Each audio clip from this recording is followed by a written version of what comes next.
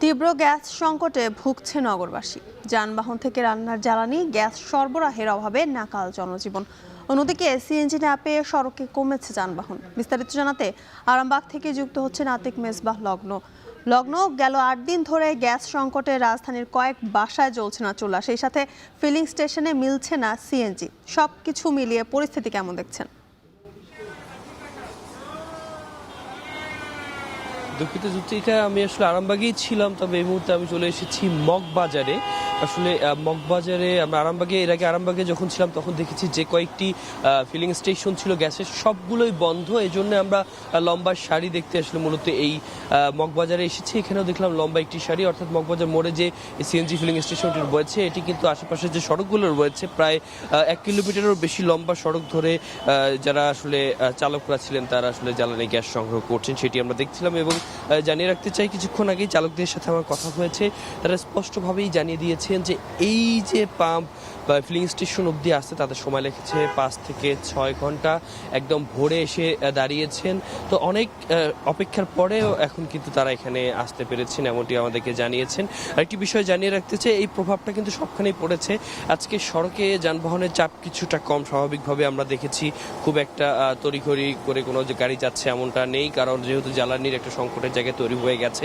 এবং এই প্রভাবটা ঘরের রান্নাতেও পড়েছে এমনটা আমরা দেখেছি, বিশেষ করে আবাসিক এলাকাগুলোর আশেপাশে যে খাবারের যে রেস্তোরাঁ বা হোটেলগুলো রয়েছে, একদম খুচরা যে হোটেলগুলো রয়েছে সেখানে আমরা দেখেছি যে তারা আসলে লম্বা সেখানে আসলে যারা আসলে ক্রেতারা রয়েছেন, খদ্দের রয়েছেন, তাদের একটা ভিড় আমরা দেখতে পেয়েছি। একই সাথে সেই হোটেলগুলোতেও দেখেছি যে লাইনের গ্যাস তো এমনিতেও পাওয়া যায় না, তার পাশাপাশি সিলিন্ডারের যে গ্যাস রয়েছে সেখানেও একটা ভিড় আমরা দেখতে পেয়েছি, কারণ দিনের বেশিরভাগ সময় পর্যাপ্ত সরবরাহ নেই, যার কারণে একটা ভোগান্তির জায়গা তৈরি হয়ে গেছে। এবং এখন যেমনটি দেখতে পাচ্ছেন যে গাড়িগুলো আছে, এই গাড়ি যারা চালকরা রয়েছেন তাদের সাথে কথা বলেছি, সরকারি বেসরকারি ব্যক্তি মালিকানাধীন সব ধরনের গাড়ি এখানে রয়েছে।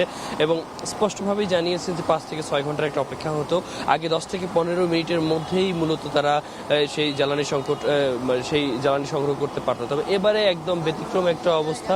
এবারে স্পষ্টভাবেই বলছেন যে আসলে বিশেষ করে স্কুল বা কলেজের যে গাড়িগুলো রয়েছে তারাও বলছেন যে শিক্ষার্থীরা যারা রয়েছে তাদেরকে নিয়ে আসার ক্ষেত্রে বেশ ভোগান্তিতে পড়তে হচ্ছে, কারণ যেহেতু গ্যাসের একটা অপর্যাপ্ততা বা অপ্রতুলতা তৈরি হয়েছে, তো সেই জায়গা থেকে দেখা যাচ্ছে যে পর্যাপ্ত পরিমাণে সরবরাহ না থাকায় তাদের অবস্থা বেশ নাকাল।